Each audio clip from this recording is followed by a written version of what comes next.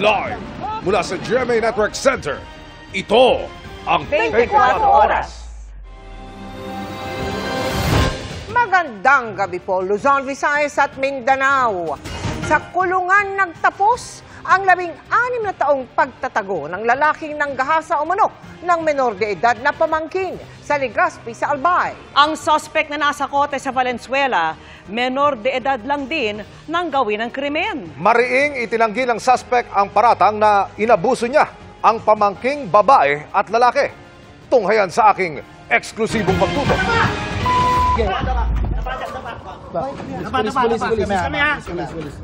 Ito ang tiyempong inabangan ng mga pulis. Ang paglabas ng gate ng lalaking subject ng warrant of arrest. Hindi po! Ano pangalan mo? Ano? Oh. Ito pa kasabi? Ano pa kasabi? Hindi naman ako. Hindi naman ako. Ikaw na nga. Dinakip ng PNP CIDG ang lalaki sa isang bodega sa Valenzuela kahapon dahil sa kasong rape sa Legazpi, Albay. At sa investigasyon ng CIDG, nangyari ang umano'y mga insidente ng panggagahasa.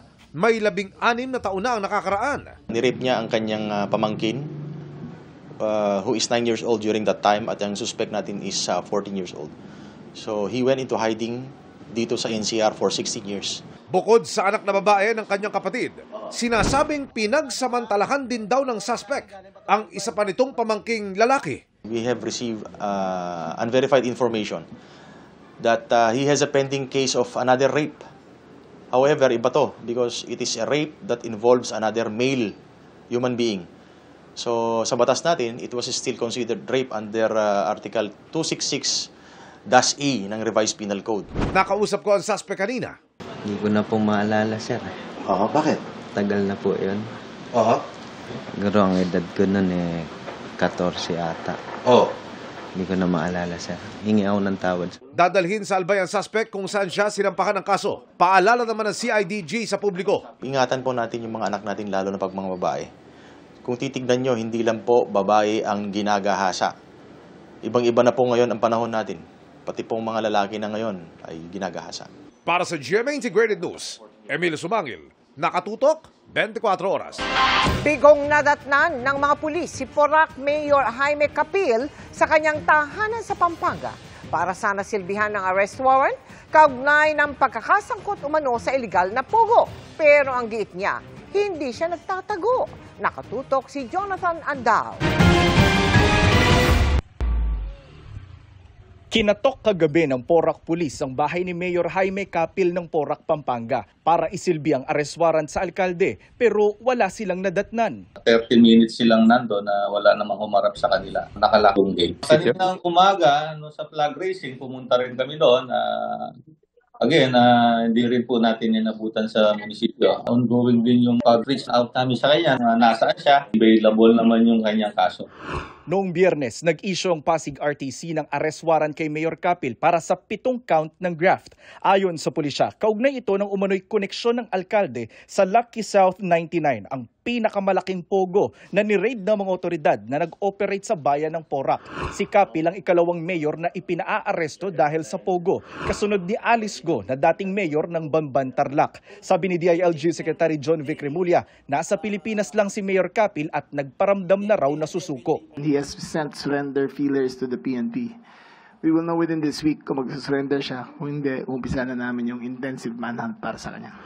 Sa isang pahayag, sinabi ni Mayor Capil na hindi siya nagtatago at hindi tumatakas sa proseso ng batas. Sinisimulan na raw nila ang proseso ng pagpiyansa. Kaninang umaga pa raw nila ito inaayos sa korte pero may proseso pa raw na kailangan gawin.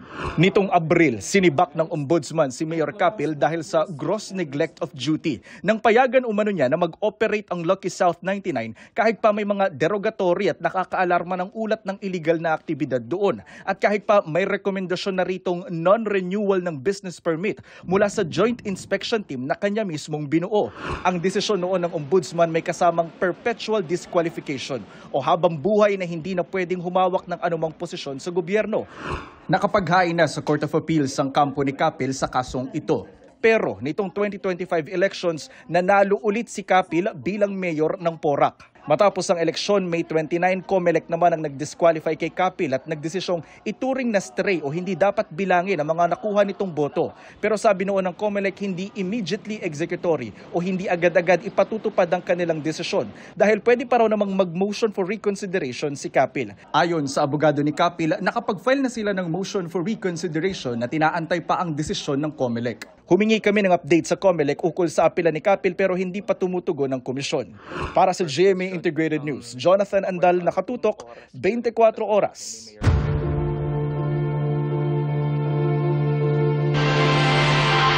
Handang humarap sa investigasyon ng Independent Commission for Infrastructure o ICI si Pangulong Bongbong Marcos ayon sa palasyo. Yan ay kung may ebidensyang mag-uugnay sa kanya sa issue ng budget insertion. At nakatutok si Joseph Morong.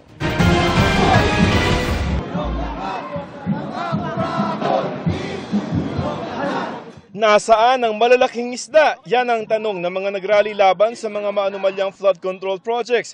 At ngayong inakusahan na rin si Pangulong Bongbong Marcos ni dating ako Bicol Party List Representative Saldi Co ng pag-uutos ng insertion. Sinabi ng Malacanang na handang humarap ang Pangulo sa Independent Commission for Infrastructure o ICI kung may ebidensya. Is the President willing to appear before the ICI if there will be evidence that will link him to those issues? Ang ICI po ay isang independent commission. Kung ano po ang maibibigay sa kanilang maliwanag na ebidensya, wala naman pong pagtututol ang Pangulo dyan.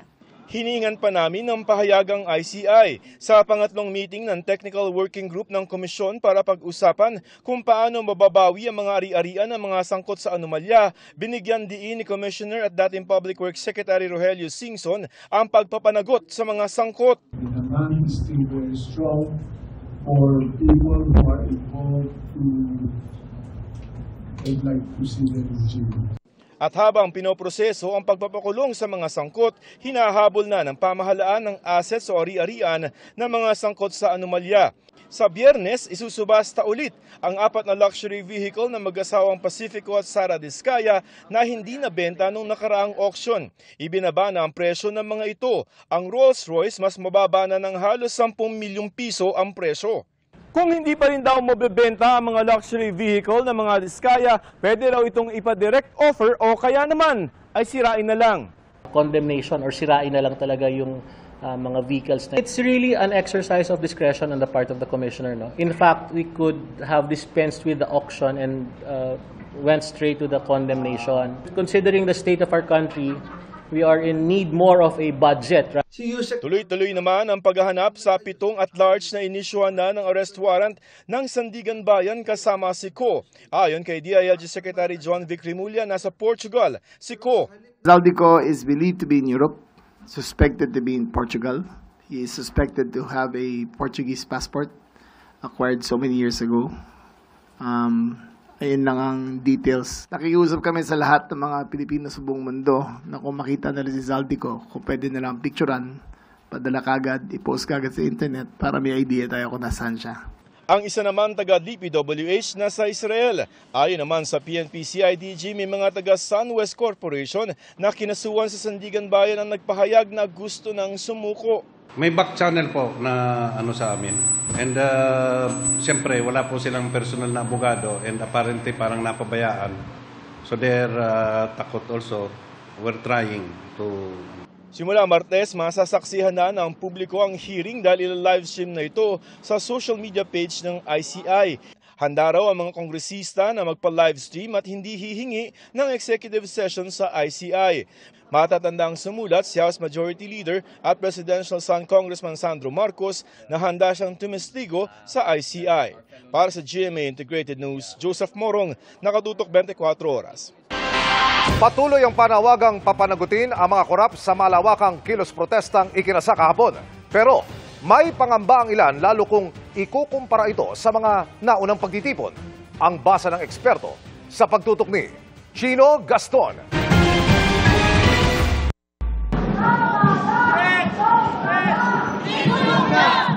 Muling nilahukan ng libo-libo ang pinakahuling protesta kontra katiwalian na isinabay sa araw ng kapanganakan ni Gat Andres Bonifacio.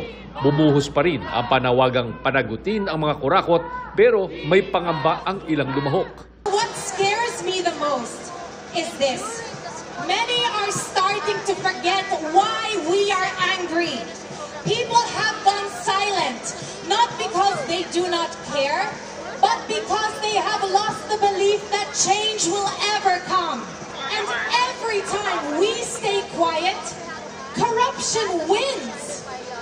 And when corruption wins, yung mga nakaupo lang ang nananalo. Sila na ang nabubusog. Sila ang nakakauwi sa mga mansyon sa Amerika. Sila ang nakakabili ng designer bags. Habang ang taong ng bayan lumulubog sa baha, sa utang at sa kahirapan. Ang pangamba, tila sinasalamin din ng bilang ng mga dumalo na tila mas kaunti sa mas naunang malawakang protesta kontra katiwalian. Noong September 21, 50,000 ang dumalo sa Luneta pa lang, habang 15,000 sa EDSA. Noong November 16 at 17 naman, hanggang 600,000 ang dumalo sa pagtitipon sa Luneta. Pero ang dumalo kahapon, hindi lalagpas ng 20,000 sa tansya ng Department of Interior and Local Government. Sa People Power Monument po ay at its peak mga 6,000. Sa Luneta ay 3,000. Sa Liwasang Bonifacio ay 1,000, 800 to 1,000. At its peak sa Mendiola on the first wave ay 2,000. And second wave ay 200. So, meron pang ibang mga scattered all around Luzon and Cebu and other places. Tulong na yan! Ayon sa isang analyst, posibleng maaring meron na aniyang rally fatigue. Yung tinatawagan na rally fatigue. Kasi nagkaroon na po tayo ng serye in a span of few months. Nagkaroon na po tayo ng maraming rallies. Hindi lamang po sa EDSA Ginanap, sa EDSA Ortigas, kundi pati na rin sa Luneta, sa Liwasang Bonifacio, kung saan-saan pa. Posible ring may epekto ang mga hakbang kamakailan para habulin ang mga sangkot. Nakikita nila gumagalaw naman, nagre-respond din naman yung administrasyon. Kaya yung iba sa mga siguro satisfied na. Pero hinihintay natin yung big fish. So far, ang mga nahuhuli lang po yung mga yung mga sapsap, mga tawilis at kilis. Hindi naman nagkagulo sa mga pagkilos kahapon na mahigpit na binantayan ng mga otoridad. Hindi tulad noong September 21 nang may sumiklab na gulo sa mga kalsada malapit sa Malacanang. 100% po na walang nasaktan, walang acts of violence, walang hooliganism, walang anarchy. Your cooperation, your orderly conduct, and your respect for the security guidelines greatly contributed to the peaceful outcome of the event. Para sa GMA Integrated News, Chino Gaston nakatutok, 24 oras. Sinalakay sa Maynila ang 2 tindahan na nagbebenta umano ng puslit at hindi rehistradong vape device at vape products. Mahigit na 200,000 pisong halaga ng bawal na produktong nakuha. Huli rin ang 2 may-ari ng tindahan. Nakatutok si John Consulta, exclusive. Pagkakuha ng senya sa kanilang undercover, kumilos na mga tauhan ng DTI at NBI Dangerous Drugs Division. Huli sila sa akto habang nagbebenta ng unregistered vape device at vape juice sa 2 tindahan sa Maynila. Ayon sa NBI, nagsagawa sila ng surveillance at test buy sa mga tindahan matapos matimbrehan na nagbebenta ang mga ito ng mga umunoy mga smuggled at di-rehistradong vape device at vape products na may panganib na dala sa mga gagamit nito. This particular vape device that they're selling, pwede mo siyang lagyan ng cannabinoid, or whatever chemicals, dangerous drugs, without us knowing, especially the parents nga, they would just think na yung anak nila ay nagbe-vape lang, without knowing na nalululong na to sa illegal na droga. Pag hindi siya registered sa DTI natin, it means that hindi siya pumasa or it didn't pass through the safety and quality evaluation ng DTI. 800 piraso ng unregistered vape devices at vape juices na nagkakahalaga ng 250,000 pesos ang kinumpiska ng mga otoridad. Wala pang pahayag ang may-ari ng 2 tindahan na naharap sa patong-patong na reklamo. We filed cases of violation of Republic Act 11900. No? Ito yung vape law and of course the Consumer Act. Sinisika pa namin makuna ng pahayag ang inarestong empleyado na nasa kustudiya ng NBI. Para sa GMA Integrated News, John Consulta, nakatutok 24 oras. Minamadali na ng Senate Committee on Finance ang pag-amyenda sa panukalang 2026 budget para hindi i-reenact o ulitin ang national budget ngayong taon. Sa gitna po yan ng suspensyon ng sesyon sa Senado matapos magkasunog sa Senate building kahapon. Nakatutok si Maki Pulido. Gipit na nga ang schedule na suspindi pa ang Senate session ngayong araw matapos magkasunog kahapon sa third floor ng Senate building. Nag-inspeksyon lang muna kanina si Senate President Tito Soto para alamin ang tindi ng pinsala ng sunog. Kahit na holiday bukas sa Pasay City dahil Pasay Day, papasok ang mga senador para sa pagpapatuloy ng period of amendments. Paspasan na ayon kay Senate Committee on Finance Chairperson Senator Sherwin Gatchalian para maiwasan ang reenacted budget. Kung wala aberya, inaasahang simula ng bicameral conference sa December 11 at mapirmahan ang BICAM report ng December 16 o isang araw bago ang Senate Christmas break. Target mapirmahan ni Pangulong Bongbong Marcos ang General Appropriations Act sa December 29. Very tight, to be honest about it. Kasi like pag titignan mo nga yung bicameral na mention ko, 3 days lang yung binigay namin sa sarili namin. So we have to really work fast and find a common ground. Kung dati, sarado sa publiko ang bicameral conference, ngayon naka-live stream ito. Sa BICAM, pag-iisahin ang Senate at House version ng panukalang budget at isang yugtong ito sa budget process kung saan nagkakaroon noon ng budget insertions. Inaasahan ni Gatchalian na magkakaroon ng mainit na debate sa ilang issue. Isa ang unprogrammed budget, lalo't tinapyas ito ng Senado sa 170 billion pesos mula sa 230 billion pesos. Posible ring pagtalunan ang dagdag na budget para sa rehabilitasyon ng mga probinsyang nasalanta ng mga bagyo.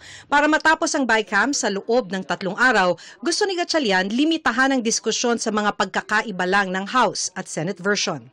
So I would suggest dahil naka-upload naman nito sa website at yung Senate third reading version at kung ano yung mga differences doon, yun na lang ang pag-uusapan. I would propose na ganun na lang. Na wala na tayong pag-uusapan outside of those. Kung hindi talaga magiging unwieldy. Iniimbestigahan pa ang sanhi ng sunog sa third floor ng Senate building. Nang apulahin ng mga bumbero ang sunog, nag-leak ang tubig sa session hall pati sa ibang bahagi ng gusali. Pero kaninang tanghali, bukas na mga ilaw sa session hall at meron na ring air conditioning. Pinatutuyo na lang ang carpet at chine-check ang mga nabasang electrical wiring. Para sa GMA Integrated News, Maki Pulido, nakatutok 24 oras. Nasa 30 luxury vehicle ang inuli at inimpound ng Land Transportation Office dahil pasuna o wala umunong rehistro. May ilan ding walang lisensya ang nagmamaneho. Nakatutok si Dano Tingkungko. Mula Biyernes hanggang kahapon, hindi nabababa sa 30 luxury vehicle ang inimpound ng Land Transportation Office. Lahat ng ito ayon sa LTO, wala o pasuna ang rehistro. 3 sa bawat 10 naman ang nahulihan ng walang lisensya ang nagmamaneho. Magtataka kayo, ang mahal-mahal na sasakyan, walang rehistro. Pangalawa, walang driver's license ang karamihan. Kaya po talagang ini-impound. Dahil impoundable offense ang pagmamaneho ng sasakyang paso ang rehistro, walang ibang sunod na hakbang ang mga may-ari ng mga sasakyan kundi ayusin sa LTO ang mga papeles ng kanilang mga sasakyan bago mabawi ito. Wala namang sasakyang pag-aari ng politiko o celebrity sa mga hinuli nitong weekend. Puro pribadong individual ito, kabilang ang isang minamaneho ng isang Chinese at isang dala ng isang Estonian. 3 naman sa mga nahuli ang isinasa ilalim sa mas masusing verifikasyon para malaman kung smuggled o hindi. Lahat po ito unregistered at karamihan po dito wala po silang daladalang kopya ng papel nila ng sasakyan. May gadget kami, computer kami dala, so alam namin ho eh. Palaisipan daw sa LTO ang dami ng mga nahuhuling luxury vehicle na wala o paso na ang rehistro. Nilinaw din ng LTO na wala silang espesyal na operasyon laban sa mga luxury vehicle. Bahagi lang nila ito ng regular nilang operasyon. Pero hindi maikakailang kumpara ngayon, maraming enforcer ang ilang sa mga mamahaling sasakyan dahil sa posibilidad na makasita ng politiko. Dati, hindi striktong nai-enforce yung batas. Takot sila na tanungin kasi minsan syempre may mga kilalang tao. Iba yung pagmapara mo luxury vehicle, minsan politiko o minsan mataas ang katungkulan sa gobyerno, nai-intimidate lahat. Kaya sinimulan ko yung paghuli. Para mabawi ng mga may-ari ang kanilang mga sasakyan, kailangan nilang ayusin ang rehistro at bayaran muna ang mga karampatang multa sa LTO na 10,000 piso pataas. Kailangan nung patunayan nila yung ownership nila doon sa sasakyan. Titingnan po natin yung legalidad. Na paano, kasi kung wala kang proof of ownership, ba't namin bibigay yung kotse sa'yo? Kung hindi mapatunayan ng magpapakilalang may-ari na kanila ang sasakyan, hahanapin ng LTO ang may-ari sa loob ng nakatakdang panahon. Kung lumagpas sa deadline ay posibleng ipasubasta ang sasakyan. Para sa GMA Integrated News, Dano Tingkung, Nakatutok, 24 Oras. Good evening mga kapuso! December na! Ramdam niyo na ba ang simoy ng Kapaskuhan? Ang ilang Sparkle Stars hindi na maitago ang excitement na makapagdiwang kasama ang kanilang pamilya. Ang kanilang holiday ganap, ichichika ni Atine Imperial. Christmas is just around the corner, kaya kanya-kanyang plano na for the holidays ang ilang Sparkle Stars na dumalo kanina sa isang Thanksgiving lunch. Si Ara San Agustin gusto raw ng intimate dinner kasama ang kanyang pamilya sa Pasko. Gusto ko umuwi yung daddy ko and makita ko siya ulit. Gusto namin sa bahay lang, maghahanda lang kami ng konting pagkain, play jazz Christmas music, enjoy the food, watch TV with the family. Magiging abala naman sa parating na Pasko si Isabel Ortega, pero may plans pa rin siya kung paano makakapag-quality time kasama ang pamilya. Sa mismong Pasko, working tayo. Yung pinaka-plans ko talaga is after Christmas na. So, sa New Year, mag-abroad kami ng family ko. Si Julian San Jose, bukod sa planong simpleng Christmas celebration, simple lang din daw ang wish para sa kanyang pamilya at kanyang career. Maging healthy lang ang family ko. Siyempre, yung bigyan pa ako ni Lord ng mas maraming lakas. Yan, para makapagtrabaho, more wisdom to write more songs. No other place like home naman ang peg sa Pasko ni Max Collins. The whole year, bumabiyahe ako. So, gusto ko lang talaga mag-spend ng Christmas sa bahay, kasama yung pamilya ko, with my son, and, just enjoy. Simple lang. Excited na rin sa Pasko si Shuvi Etrata dahil ngayong taon, plano niya raw maging Santa Claus sa kanyang pamilya. Masaya ako kasi ito yung time na medyo mabibigyan ko sila ng mas maraming blessings. Athena Imperial updated sa Showbiz Happenings. May namataan na namang mga barko ng China malapit sa Zambales. Pinalilibutan din ng mga barko ng China ang Baho de Masinloc. At nakatutok si JP Soriano. You are directed to cease and desist from conducting illegal maritime patrols. Agad niradyuhan ng Philippine Coast Guard ang 3 China Coast Guard vessels na namataan malapit sa Zambales kahapon. Sabi ni PCG Commandant Admiral Ronnie Gavan, wala pa naman sa territorial sea ng Pilipinas ang mga barko, pero nasa Exclusive Economic Zone na ito o EEZ ng Pilipinas. Yan ay kahit ibinasura na ng 2016 arbitral ruling ang pag-aangkin ng China sa West Philippine Sea at iba pang bahagi ng South China Sea na pinalibutan ito ng kanilang 9-dash line. The Chinese has been trying to get close, siguro partly because of the weather or maybe because of their efforts to normalize their illegal patrol operations in the area. So what the Coast Guard did, and we have been doing it, we have been resisting by persistently patrolling the area. Malapit din ang mga namataang barko sa Baho de Masinloc na bahagi ng teritoryo ng Pilipinas. Batay sa mga datos at imahe mula sa Automatic Identification System o AIS data at Skylight, pinalilibutan ang Baho de Masinloc na mga barko ng China. Kaduda-duda ang mga kilos ng kanilang barko, batay sa imaheng ipinakita ng isang American professor sa isang security forum. Sila yung mga kulay kahel at dilaw sa imahe. These are vessels that are moving at a slightly slower speed, and they're moving in a back and forth motion, indicating or suggesting to me that they're guarding this area. Ang last monitoring was from last week, yung na-report natin na may 4 sa Baho de Masinloc area. And then yung 3, malapit sa Baho de Masinloc. Yung isa is between Scarborough and mainland Zambales. They have been trying to normalize their illegal patrol operations. And what we in the Coast Guard has been doing consistently is to challenge that illegal presence there. Wala pang tugon ang Chinese Embassy kaugnay nito. Ayon sa Presidential Office for Maritime Concerns, bibigyan ng gobyerno ng Pilipinas ang mga Pilipinong mangingisda sa West Philippine Sea ng mga radio communication devices, panggasolina at iba pang gamit para makatulong sa pagbabantay laban sa iligal na panghihimasok sa West Philippine Sea. Nang matanong kung mag-aala Chinese militia na rin ba ang mga Pilipinong mangingisda. Wala ho tayong intention na ganon, but more on capacitating and enabling our fisher folks to help government monitor what's happening in the West Philippine Sea. We can never do that given the amount of resources they give to their militia. They're really part-time soldiers. That is not what our people want. That is not what they expect either. Para sa GMA Integrated News, ako po si JP Soriano, nakatutok 24 oras. Ipinagpaliban muna ang panghuhuli sa mga e-bike at e-trike sa mga national highway. Ipatutupad yan sa Enero ng susunod na taon. Nakatutok si Dano Tingkungko. Alinsunod sa utos ni Pangulong Bongbong Marcos, ipinagpaliban muna ang panghuhuli ng e-bike sa mga national highway tulad ng EDSA at Maharlika Highway na sisimulan sana ngayong araw. Sa January 2, 2026 na yan ipapatupad. Bigyan ng time ang mga kababayan natin na total magpapasko din, December, para yung information na makarating sa kanila.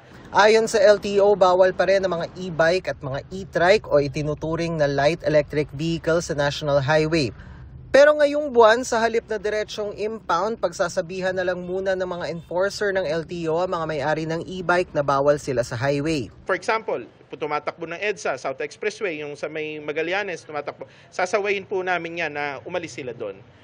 Pero pagdating po ng January 2, hulihan na po yun.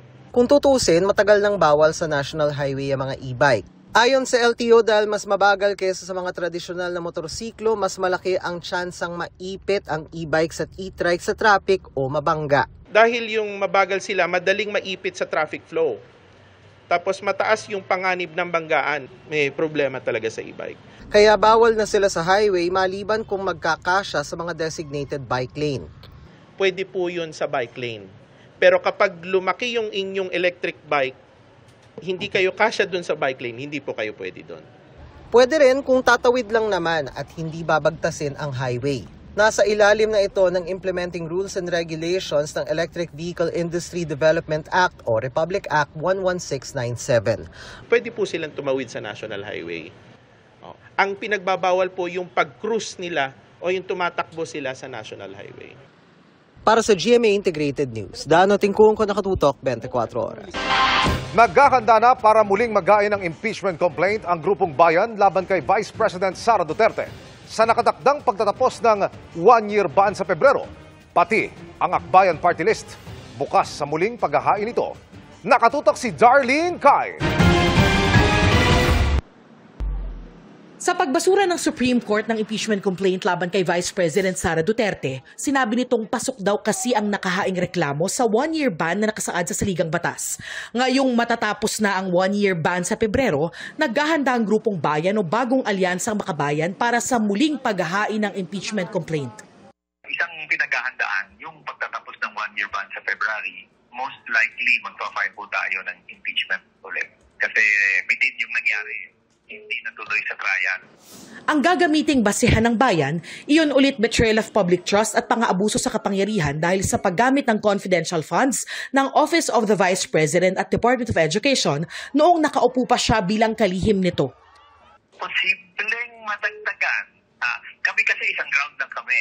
Yes. Isang ground lang kami. Yung iba, several grounds. So I don't know kung babawasan ba nila or what. Pero sa amin kasi, that is yun yung pinakamatibay so far. Sa desisyon ng Supreme Court, sinabi nitong labag sa one-year bar rule ang fourth impeachment complaint na isinampa sa Senado dahil hindi inaksyonan ng Kamara ang naunang tatlong reklamo. At nang mag-adjourn ng Kongreso, maituturing na dismissed ang tatlong reklamo kaya umandar na ang one-year bar rule na isang impeachment complaint lamang ang masisimulan laban sa isang opisyal sa loob ng isang taon.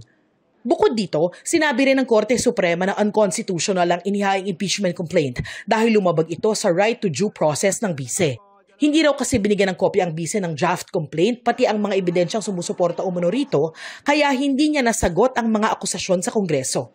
Inilatag din ng Supreme Court ang mga panuntunan sa impeachment proceedings. Kailangan daw available sa lahat ng kongresista ang articles of impeachment at mga ebidensyang sumusuporta rito. At kailangan silang bigyan ng sapat na panahon para magpasya. Kailangan bigyan ng pagkakataon ng inirereklamong opisyal na masagot ang reklamo bago ito dalhin sa Senado. At ang kanyang sagot, kailangan maging available sa lahat ng kongresista. Pinag-aaralan kasi namin ano yung naging implications nitong Supreme Court ruling. As you know, maraming dinagdag na mga conditions ang Supreme Court. Medyo mas mahirap na ngayon mag-file ng impeachment. So yun ang mga pinag-aaralan. Of course, the intention is there. Noong nakaraang linggo, sinabi rin ng Akbayan Party List na bukas sila sa muling paghahain ng impeachment complaint laban kay Duterte. Kung sabihin sa atin ng mga civil society groups, ng kilusan ng mga taong bayan na nagsampa noon ng impeachment complaint na mag-file tayo, we'll be open naman to support them. Patuloy na sinusubukan ng GMA Integrated News na hinga ng reaksyon si Vice President Sara Duterte. Para sa GMA Integrated News, Darlene Kai, nakatutok 24 oras. Mabilis na chikahan tayo para updated sa showbiz happening. Huwag na magpahuli sa takotang dala ng isang gabing puno ng lagim. Nakasama ni Jillian Ward ang mga kaibigan at fans sa block screening ng KMJS Gabi ng Lagim the Movie sa isang sinehan sa Quezon City.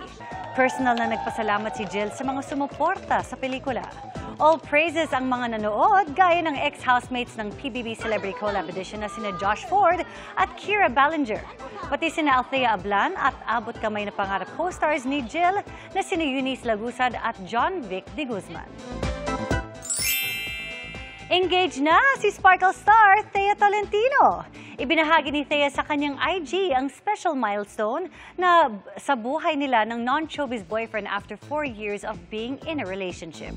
Congratulations, Thea! Big surprises ang hatid ng UH Barkada sa kanilang 26th anniversary. Sa grand kick-off ng celebration ngayong araw, inanunsyo ng unang hirit ang kanilang Project Pasko. Nagbigay sila ng 100,000 pesos na pamaskong handog sa mga binagyo sa Cebu.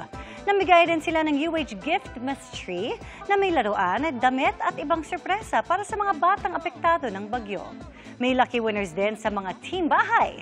Marami pang inihandang sorpresa ang UH Barkada para sa kanilang week-long anniversary celebration, kabilang ang newest hostmate na mapapa-A kayo. Kumpirmadong nasawi ang isang Pilipina sa malaking sunog sa isang residential complex sa Hong Kong noong Miyerkules. Bayani naman ang turing sa isa pa nating kababayan na hindi iniwan at pinrotektahan ang alaga niyang sanggol sa kasagsagan ng sunog. At nakatutok si Salima Refran. Sa tinaguri ang deadliest fire sa Hong Kong sa loob ng halos 80 taon, kinumpirma ng konsulado na nasawi ang isang OFW na napaulat na nawawala. Kinilala siyang si Marian Pascual Esteban ng Cainta, Rizal. Ang pamilya ni Esteban pinuntahan ni Department of Migrant Workers Secretary Hans Leo Kakdak at OWA Administrator Patricia Yvonne Kaunan para iparating ang kanilang pakikiramay. Tiniyak nilang tulong para sa pag-uwi ng labi ng biktima, pati sa pag-aaral ng kanyang 10 taong gulang na anak. and for the farmers. Ang Filipino community sa Hong Kong nagtipon-tipon sa misa para ipagdasal si Esteban at ang iba pang naapektuhan ng malaking sunog sa residential complex. Pero sa gitna ng pagluluksa, isa nating kababayan ang tinitingala bilang simbolo ng katapangan at kabayanihan. Si Rodora Alcaraz, isang domestic helper na nasaktan sa sunog at nagpapagaling ngayon sa ospital. Sa kasagsagan ng sunog, hindi niya iniwan ang alaga niyang 3 buwan na sanggol at pinotektahan habang ilang oras na natrap sa loob ng kwartong puno ng uso. Iba talaga yung care niya sa kids eh. Iba yung pagmamahal niya sa mga alaga niya. Ay nakakaiyak. It's so like her to put her life on the line for someone else. Kasi talagang very caring talaga siya. I feel sad about her, but I salute her for being so good despite of this tragic incident. She did not abandon her responsibility. I hope that this will make the Hong Kong community the essence, the importance of domestic workers, that even in the tragic situation, we will not abide or we will not abandon our job. Ayon sa ating konsulado sa Hong Kong, 89 na Pilipino ang ligtas at accounted for. 2 naman ang biniberipika pa.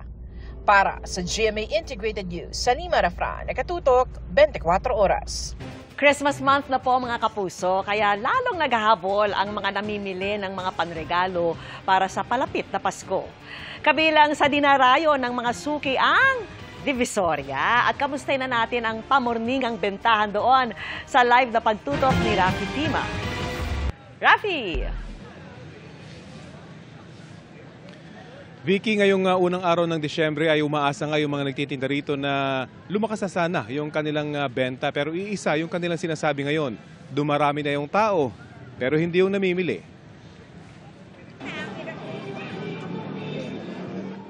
Si Edrelyn Cruz, kinagis na raw ang pagbebenta dito sa Divisoria. 24 oras nang bukas ang kanyang tindahan na nasa bungad ng Ilaya Street at Recto.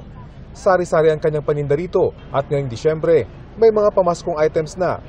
Pero ang inasahan niyang kita ngayong unang araw ng Disyembre, hindi pa rin niya matanaw.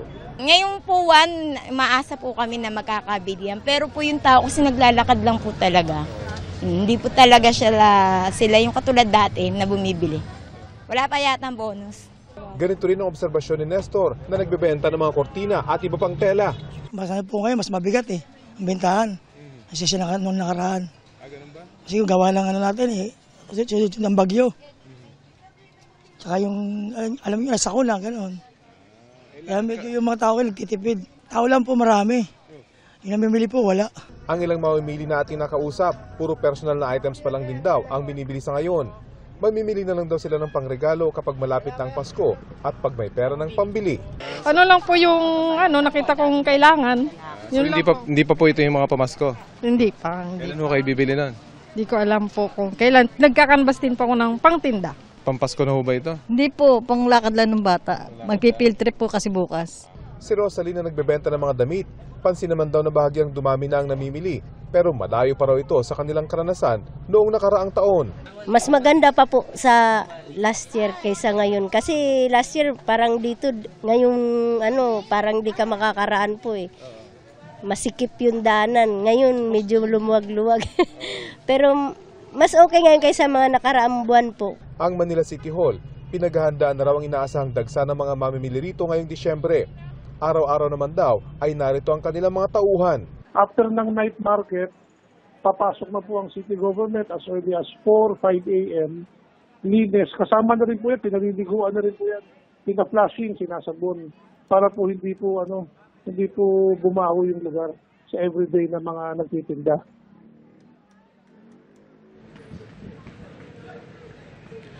Umaasa pa rin naman, Vicky, yung mga nagtitinda rito na sa mga susunod na araw at mga linggo ay lumakas na yung kanilang benta.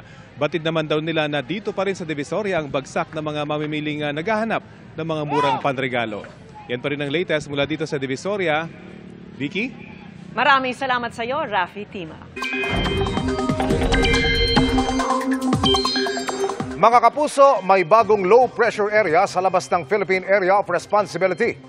Huling namataan ng pag-asa ang LPA sa layong 1,445 kilometers silangan ng Eastern Visayas. Ayon sa Pag-asa, posible itong pumasok sa para sa Miyerkules. Kapag naging bagyo ay papangalanang Wilma. Maaari nitong tumbukin ang Visayas, Southern Luzon o ang Caraga Region depende sa magiging pagbabago sa pagkilos nito. Tutok lang po sa update sa mga susunod na araw. Sa ngayon ay wala pa itong epekto sa anumang bahagi ng bansa pero may mga pag-ulan sa ilang lugar dahil pa rin sa Intertropical Convergence Zone o ITCZ, amihan, easterlies at localized thunderstorms. Base sa datos ng Metro Weather, umaga bukas may tsansa ng ulan sa Sulu, Archipelago at Zamboanga Peninsula. Pagsapit ng hapon, posible na ring ulanin ang iba pang bahagi ng bansa gaya ng Caraga, Barm, Zamboanga Peninsula, Cagayan, Isabela, Calabarzon at Mimaropa. May mga kalat-kalat na ulan na rin sa Visayas. Posible naman ang heavy to intense na ulan sa Socsamgen at Davao Region. Sa Metro Manila, may tsansa ring maulit ang mga pag-ulan gaya ng naranasan kaninang hapon sa ilang lungsod. Sinalakay ng mga otoridad ang isang gusali sa Taguig dahil sa umunoy iligal na Pogo Hub. Mula sa Bonifacio Global City, nakatutok live si Nico Wake. Nico? Mel, isang illegal na Pogo Hub ang nadiskubre ng mga taga CIDG-NCR dito sa isang gusali sa Bonifacio Global City sa Taguig. Tumambad sa pinagsamang puwersa ng CIDG-NCR, PAOK at Southern Police District ang mahigit 100 mga computer na ito. Nakahilera ito sa 8 mahabang mga lamesa. May mga cellphone din sa bawat computer table. Nakadisplay sa mga monitor ang website kung saan nilalaro ang sugal. 17 foreign nationals at 95 na mga Pinoy ang nadatnan ng mga pulis na nagtatrabaho sa umunoy illegal na Pogo. Ayon sa CIDG-NCR, hindi naman sana ang Pogo ang target ng kanilang operasyon, kundi ang isang Chinese national na may kasong estafa. At base sa kanilang intelligence report ay narito ang Chinese national sa 10th floor ng gusali. Positibo namang naaresto ang target ng operasyon sa kanila na diskubre ang umano'y illegal na Pogo. Mel, nagdi-disguise umanong isang IT solution company itong illegal na Pogo Hub at ayon sa CIDG-NCR ay wala itong permiso para mag-operate bilang online sugal. Yan muna ang latest mula rito sa Taguig City. Balik sa iyo, Mel. Maraming salamat sa iyo, Nico Wake. Muling nagpaalala si Pangulong Bongbong Marcos sa mga sundalo na maging tapat sa Republika at hindi sa mga individual at paksyon. Ipinag-utos din ng Pangulo ang promotion ng isang nabulag na sundalo habang nasa serbisyo. At nakatutok si Mariz Umali. Sukang-suka na sa korupsyon! Sa gitna ng sunod-sunod na pagtitipon at mga hamon sa administrasyon para mapanagot ang mga pinaniniwalaang sangkot sa mga maanumalyang flood control projects, muling nagpaalala ang Pangulo sa mga sundalo, maging tapat sa konstitusyon at tungkuling protektahan ng bansa at huwag magpadala sa anyay ingay at maling impormasyon. The AFP that you are part of now must always rise above politics. Your loyalty must not be for any individual or any faction, but only to the Republic. Sinabi niya yan sa pagtatapos ng mahigit 600 bagong opisyal sa Major Services Officer Candidate Course. Sa panahon anya ng tukso, hindi dapat magpadala ang mga sundalo. There will be moments when your integrity will be tested. Corruption and dishonesty can manifest in many forms. Kaya piliin niyo lagi ang tama. Piliin niyo ang bayan. Piliin ninyo ang katapatan at ang kapayapaan. As you take your oaths and wear your insignias, carry with you the pride of your families and the hope of the motherland. Bilang Commander-in-Chief ng AFP, sinisikap daw ng Pangulo na bigyan ng pinakabagong mga barko, eroplano at military equipment ang sandatahang lakas para maitaguyod ang kapayapaan at soberanya ng Pilipinas sa West Philippine Sea. Iniutos din ng Pangulo kay AFP Chief of Staff Romeo Browner Jr. na suspindihin ang CDD o Complete Disability Discharge na inisyu ng Philippine Army kay Captain Jerome Hacoba. This is your Captain Blind. Signing off.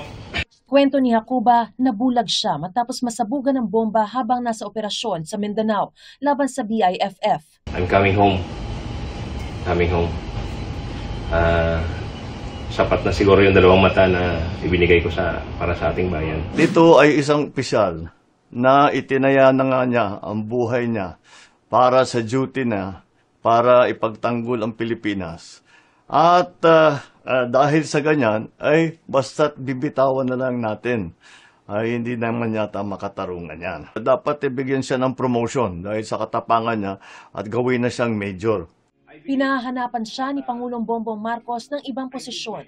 Ipinag-utos din ni Pangulong Marcos kay Secretary of National Defense Gilberto Teodoro na pag-aralan at gumawa ng bagong polisiya kaugnay sa pag-i-issue ng complete disability discharge sa mga sundalo para din raw ito mangyaring muli. Ito ay para sa lahat ng ating mga sundalo na dahil sa ka-duty nila sila ay nasaktan, sila ay nagka-injury, ay dapat naman patuloy din ang ating pagkilala sa kanilang katapangan at sa kanilang sakripisyo. Sa huli, binati ng Pangulo si Hakuba sa spot promotion niya. Mabuhay ka, Captain Hakuba. Hindi, mabuhay ka, Major Hakuba. Para sa GMA Integrated News, Mariz Umali nakatutok, 24 oras. Mga kapuso, lalo pang magliliwanag ang mga pailaw ngayong Disyembre na. Tara't silipin ang mga makukulay na parol at Christmas tree sa mga probinsya. Pati na ang mga Belen sa taunang Belenisimo ng Belen Capital ng bansa. Nakatutok si Sandra Aguinaldo. Napuno ng selebrasyon. Sayawan at kantahan. Ang pagkilala sa makukulay ng mga Belen sa ika-18 Belenismo sa Tarlac. 29 na nagagandahang Belen ang kinilala sa iba't ibang kategorya. May mga gawa sa recycled materials, patunay ng talento ng mga Tarlakenyo sa Belen making. Ayon sa co-founder ng Tarlac Heritage Foundation, taon-taon, parami ang lumalahok sa kompetisyon na nagsisimula tuwing buwan ng Nobyembre. Sa Kapitolyo ng Ilocos Sur, pinailawan ng giant Christmas tree na may taas na 17 metro. Kasabay niyan, mala Disney World na Christmas Village din ang binuksan kung saan pwedeng magpa-picture at mag-enjoy sa rides. Christmas Village na gawa sa recycled materials din ang ibinida sa Pinili, Ilocos Norte. Literal namang nagliwanag ang Plaza Mabini sa Tanawan City, Batangas dahil sa pinailawang Tunnel of Lights. Tampok din dito ang 45 talampakang giant Christmas tree. Perfect din for selfies ang naglalaki ang mga dekorasyong parol at pwede ring i-enjoy ang rides. May ganyan ding mapapasyalan sa bayan ng Kasiguran sa Sorsogon. Dagsa ang mga residente para tunghayan ang pailaw ng giant Christmas tree. Kanya-kanyang pwesto rin ang mga bata at young at heart para magpa-picture sa mga makukulay na dekorasyon at Christmas lights. Merry din ang Pasko para sa mga taga-Ipil Zamboanga Sibugay dahil sa pinakaunang Christmas Carnival na binuksan sa bayan. Giant Christmas tree, makukulay na dancing fountains, kaliwat ka ng mga rides at fireworks display ang itinampok sa pagbubukas ng Carnival. Para sa GMA Integrated News, Sandra Aguinaldo, nakatutok, 24 oras. Another recognition ang nakamit ng Kapuso film na Green Bones na kinilala naman ngayon sa 41st PMPC Star Awards for Movies. Ang iba pang Kapuso stars at personalities na kinilala riyan, alamin sa chika ni Athena Imperial. And the star for Movie Actor of the Year goes to Dennis Trillo for Green Bones. Big winner si Kapuso actor Dennis Trillo sa 41st PMPC Star Awards for Movies. Isa si Dennis sa kinilalang Movie Actor of the Year para sa kanyang uploaded performance para sa Green Bones. Ang mensahe po ng Green Bones, napakasimple, maging mabuting tao. Gusto namin pong maparating to sa lahat ng mga manonood, lalong-lalo na syempre sa mga namumuno ng ating pamahalaan at gobyerno. Sana po makarating sa inyo, maging mabuting tao po kayo sa pagsilbi sa ating mga mamamayan, sa ating naghihirap na bansang Pilipinas at naghihirap ng mga mamamayang Pilipino. May sweet shoutout din siya sa misis na si Jeneline Mercado. Sa aking pamilya, sa aking asawa at mga anak na nagsisilbing inspirasyon, kaya hanggang ngayon ginagawa ko pa rin to. Jeneline Mercado, mahal na mahal kita, para sa inyo to. Nakuha rin ni Dennis ang Male Star of the Night Award. Dagdag din sa pagkilala sa Green Bones ang Movie Screenwriter of the Year na sina National Artist for Film and Broadcast Arts Ricky Lee at GMA Public Affairs Senior Assistant Vice President Ange Atienza. Kinilala rin ang editor nitong si Benjamin Tolentino bilang Movie Editor of the Year. Naging new Movie Actor of the Year si Kapuso star Will Ashley para sa pagganap niya sa Balota. Itinanghal namang Takilya, King and Queen, ang bida ng highest-grossing Filipino film of all the time ang Hello, Love Again na sina Alden Richards at Catherine Bernardo. Athena Imperial updated sa Showbiz Happenings. Namuo ang 2 buhawi at 1 ipo-ipo sa Iloilo. Nasira naman ang 3 bahay doon matapos mahagip ng buhawi. Nakatutok si Salima Refran.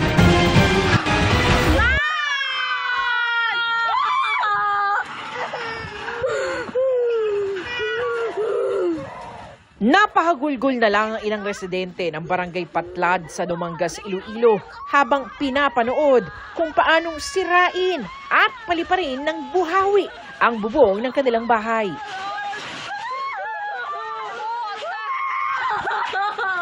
Nakita ko nga may nagalinupad, tapos amo to nga time, naghamban ako sa bana ko nga baliktan, ay kanday nanay, kay dulain na naiya.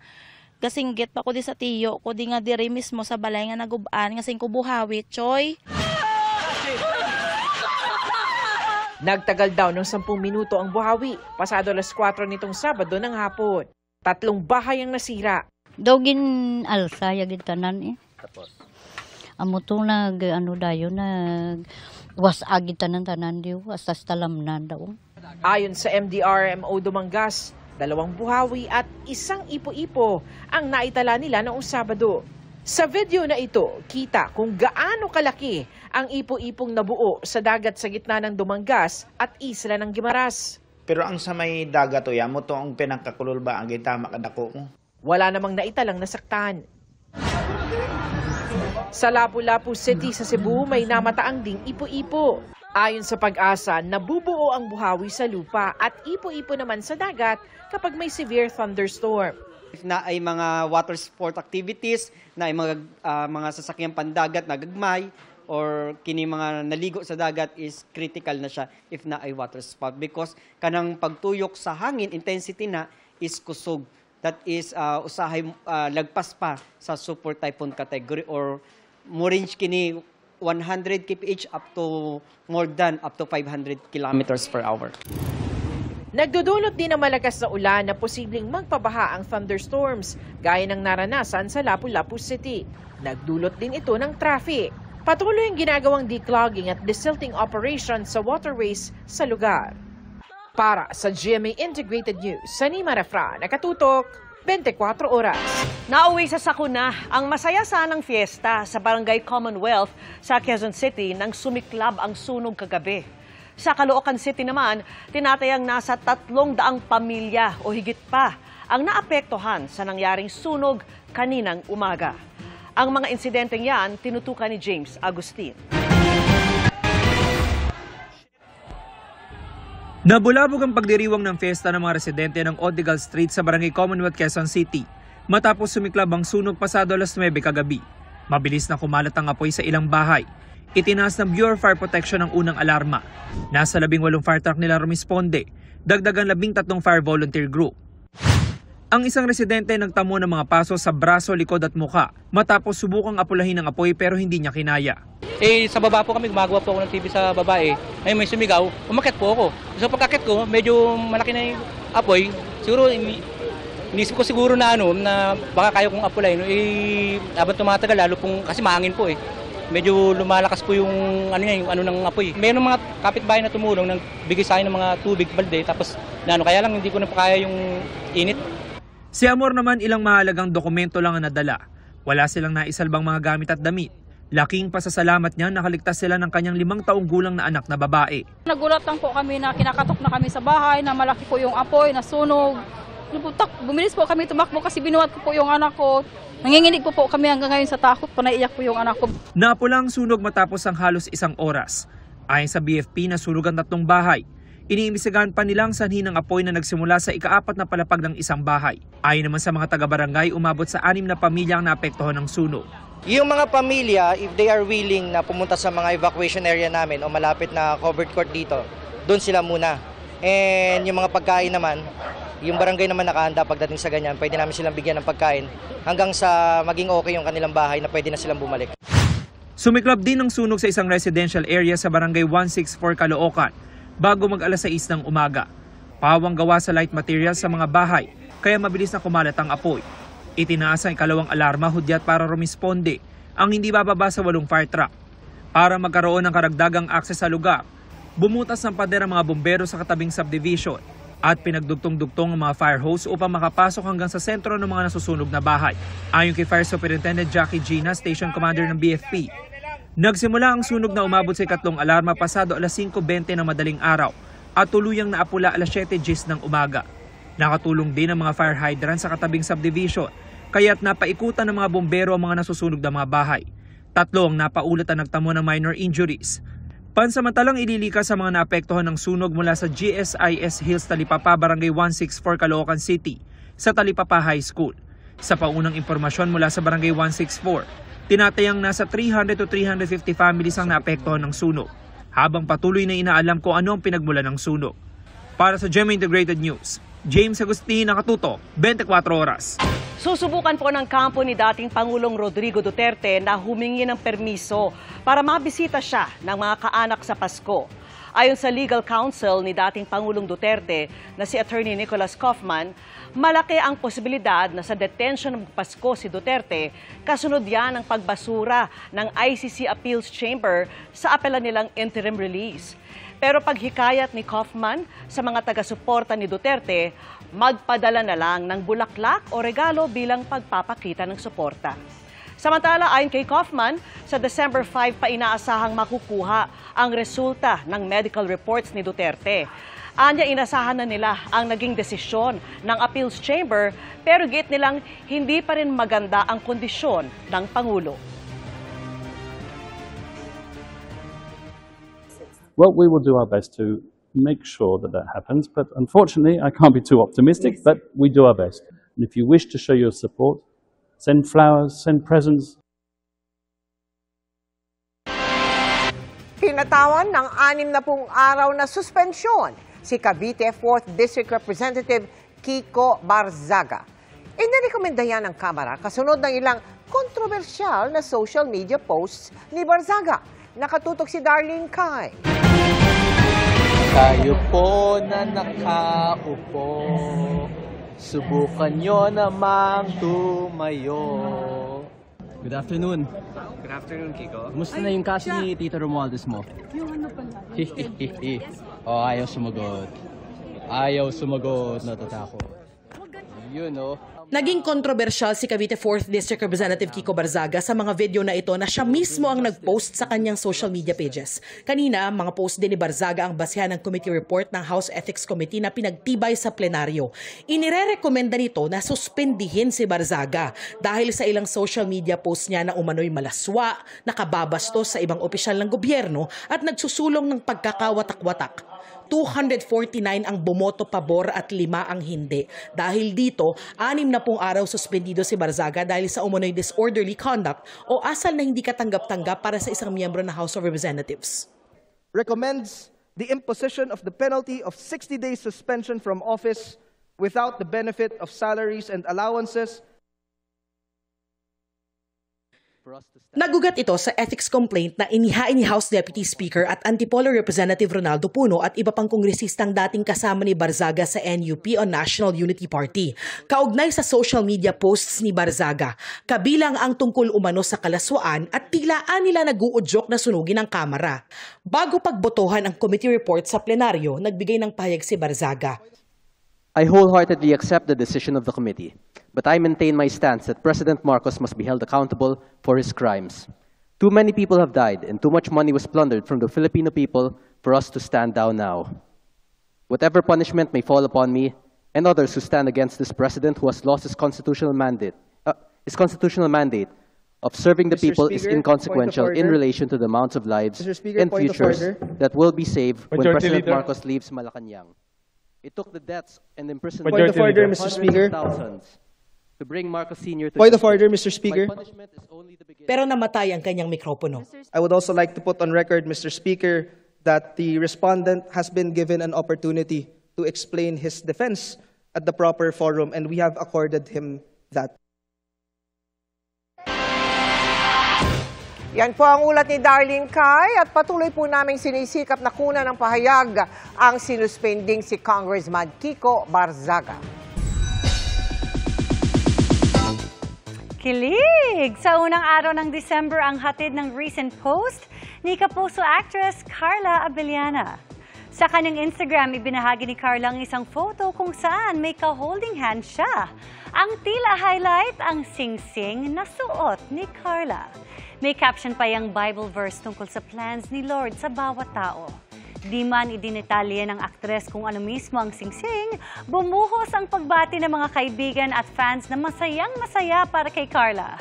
Nitong August lang nang aminin ni Carla na she is dating someone. At sa episode naman ng Fast Talk with Boy Abunda noong September, sinabi niyang matagal na niyang kilala ang mystery guy. Sabi pa ni Carla, nagbago na rin ang kanyang pananaw pagdating sa marriage. At dati na rin niyang sinabing mas gusto na niyang maging private ang kanyang love life.